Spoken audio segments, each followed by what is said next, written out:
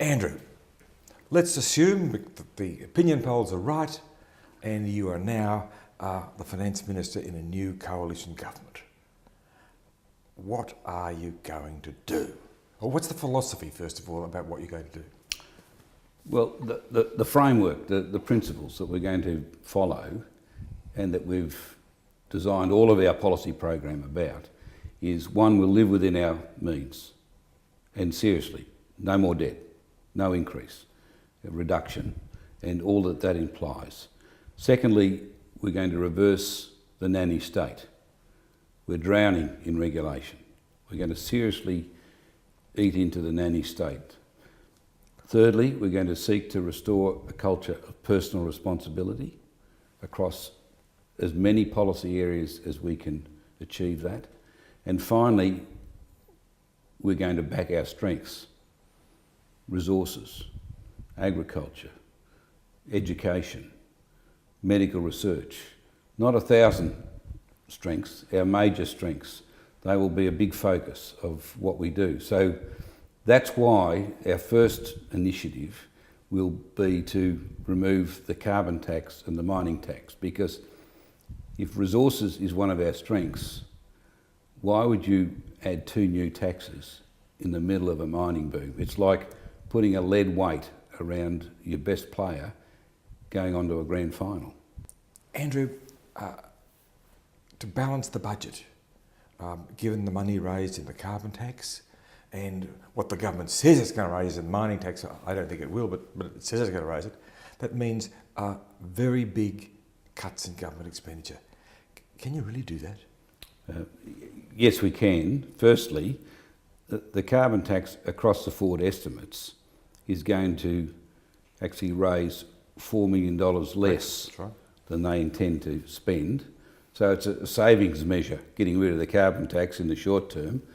Secondly, the mining tax, one, it's not going to raise what they suggest it will, but be that as it may, we are not going to support the programs that the mining tax is supposed to support in a financial sense. That includes superannuation and things like that, of course. Well, we went to the last election with a mining tax proposition and with all of those spending commitments, and we accepted the political odium that might attach to not supporting those programs. Look, the bottom line is people have to understand that we've got to live within our means. Households now for 18 months have been saving like they never have before. Companies are not investing. They've got big balance sheets, many of them, not investing. But the government is still spending $100 billion this year, more than they did 4 years ago. Now, that's a 40% increase in spending at a time when inflation has increased by 13%. This government is living beyond its means. Debt is getting greater and greater and greater. We're going to turn that around. In rough terms, what sort of spending cuts are you going to look at? Would it be 10 billion, 20 billion, 30 billion? Well, you know, we are still theoretically 16 months from an election. Yes. Right? We've got another budget to go through. Now, you just look back 12 months. This government predicted a $22 billion deficit. And what did it deliver? A $44 billion deficit. So it's very difficult for us to make definitive statements 16 months out. We've got another budget and we've got a government with a record of, you know, excessive spending and debt. 2 years ago at the federal election, the government forecast that net debt would peak at $96 billion. This recent budget, 2 years later, less than 2 years later, they said the net debt would peak at $146 billion. Just a lazy $50 billion increase in 2 years. So I can't give you a definitive answer. All I can say to you is we have already worked through what we've got to do. Depending on what the numbers, we will make the cuts that are necessary to keep us in surplus and to go better. Have you undertaken a big program to analyse all these things? We have identified 49 areas of policy across the 30 portfolios. I've got now on my desk, as the coordinator of our policy, I've got 49 policy documents with covers, narrative, a list of policies, what Labor has done wrong and the costings across all areas. We finished that 6 weeks ago. We're now constantly going deeper to see how we would implement some of those things, whether we can improve them. But we have got ourselves in a position, we've done all of the expenditure review committee assessment as we can at the moment. So we'll wait and see then what the government does in the next budget, and we will modify things accordingly. Why don't you tell us about it now? Because I ran the 93 campaign for the Liberal Party, and That's Fight Back. Fight Back. That was Fight Back. that was, in fact, the unlosable election, which we lost, right? I keep telling my colleagues now that 15 months out from that election, we were 20 points ahead in the polls. And partly because we released a big body of policy, 800 pages. As it turned out, an 800-page suicide note, political suicide note. But we put out all this detail, and Paul Keating became Prime Minister as a result. He knocked Bob Hawke out of the ring, and he then proceeded to put all the good things in the bottom drawer and to misrepresent the bad things. And he frightened people so much that we then subsequently lost that election.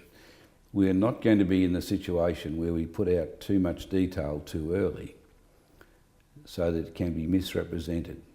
We will put it out. I guarantee we will put it out in time for people to make a proper assessment ahead of the election, but we're not going to give this government the opportunity to distract from their incompetence and their governing by misrepresenting what we might do in 16 months' time. Where are these regulations you talk about that you need to change? Is it small business? Where is it? It's across the board. We have undertaken an exercise to look at how we can reduce sector by sector.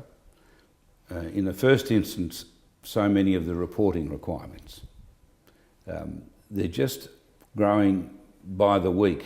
The legislation that we've confronted in the last 12, 18 months, 2 years, it's just a mountain of more regulation and reporting requirements. In so many cases, the standards are not unreasonable, but to be required to endlessly fill in documents to confirm that you've complied with those standards is costing business an absolute fortune. It is discouraging risk-taking, it's discouraging investment. So much of that we can remove and then get to the point of, again, restoring a culture of personal responsibility. Managers will need to comply with the standards. If someone turns up unannounced and they haven't been, they'll have a problem. But they won't have the cost, the inconvenience, the discouragement associated with mountains of paperwork. You've stated that the next election will be a referendum on the carbon tax in substantial part. Yes. And you've also stated that you'll go to a double dissolution as soon as possible if it's rejected by the Senate. Yes. At the end of that process, if you did not remove a carbon tax, and lots of people say you won't do it, would you stand for the next election?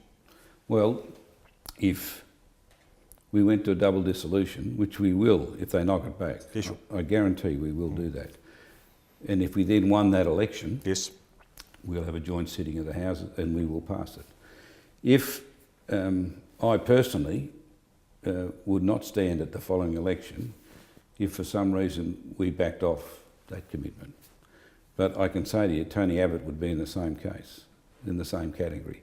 There is an absolute commitment to introduce as our first item of business, if we were to get the privilege of government, we will move to remove that tax.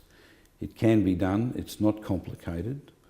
It is just again a scare campaign that we can't remove it. That's a nonsense. What government brings in, government can remove. Now, what about emissions trading? Does the carbon tax elimination include emissions trading? It does. So no back door here. No back door. No back door. We have an alternative, which is it's a direct action program, which is funded, will be fully funded, which is massively less in cost than the carbon tax, which will not increase the price of electricity, but will help us achieve the same targets that the government has sought to achieve. We will remove this proposal, or the fact now that it's in legislation, of mountains of regulation, bureaucrats crawling all over hundreds of companies, a $10 billion a year impost on business and households, and worst of all, we are disadvantaging our export and import competing companies when the rest of the world is not doing what we're doing. We're out there by ourselves. It's madness. Finally, for almost a decade, I've been writing about the hazards and the problems of the Joint Strike Fighter. And it's now, to me, apparent that the Russians and the Chinese have a superior aircraft. Will you at least look at the Joint Strike Fighter situation? We are, I can guarantee, we are looking at all of the prospective investments in submarines, aircraft, the whole raft. It is a huge area. The government has massively reduced defence spending, in many cases by deferral of expenditure. We will seek to restore the 3% commitment to defence funding as quickly as we can. But as part of that, we've got to be very smart about how we spend this money. It's huge amounts of money. I can't give you an answer at the moment, but I can say to you that we are looking with a very critical eye about value for money across these major defence commitments. Thank you, Andrew.